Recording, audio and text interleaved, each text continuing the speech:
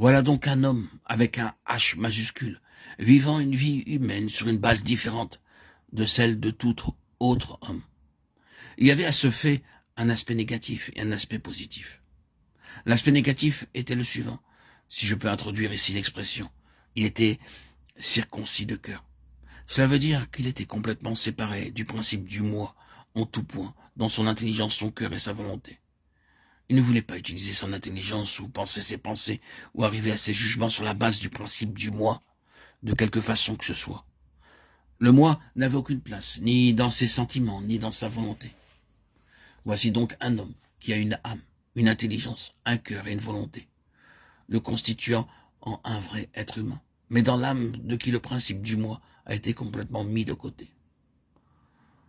On ne peut lui faire quoi que ce soit selon la ligne du raisonnement humain ordinaire, si juste ou bon que cela puisse paraître. Ils n'ont plus de vain, donc un argument, un raisonnement fait son apparition.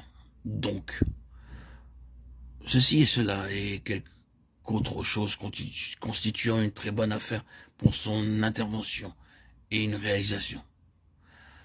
De quel point de vue où l'on se place, où presque cela pouvait être prouvé comme une chose qu'il devait faire, du point de vue de l'obligeance humaine, de celui de la justification de sa mission, de la confirmation de sa personne divine.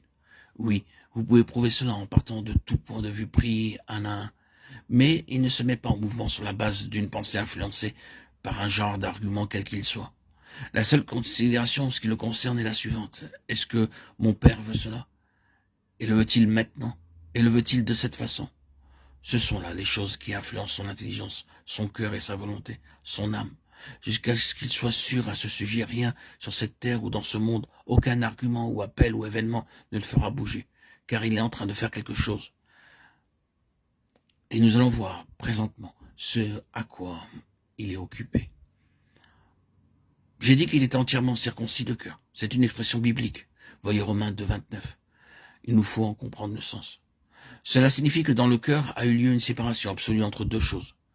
Si vous préférez, vous pouvez substituer le mot âme au mot cœur. C'est l'homme intérieur. Quelque chose avait été fait en lui intérieurement, et il s'est tenu fermement sur ce terrain-là jusqu'à la fin. Ce fut ce terrain-là, sous une forme ou une autre, que dans sa vie, les batailles les plus violentes furent livrées.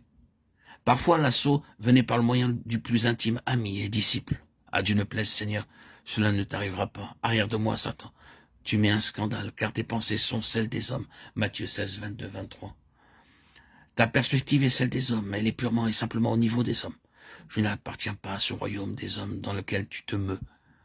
D'autres hommes peuvent écouter ton argument, être influencés et persuadés, mais quant à moi, non.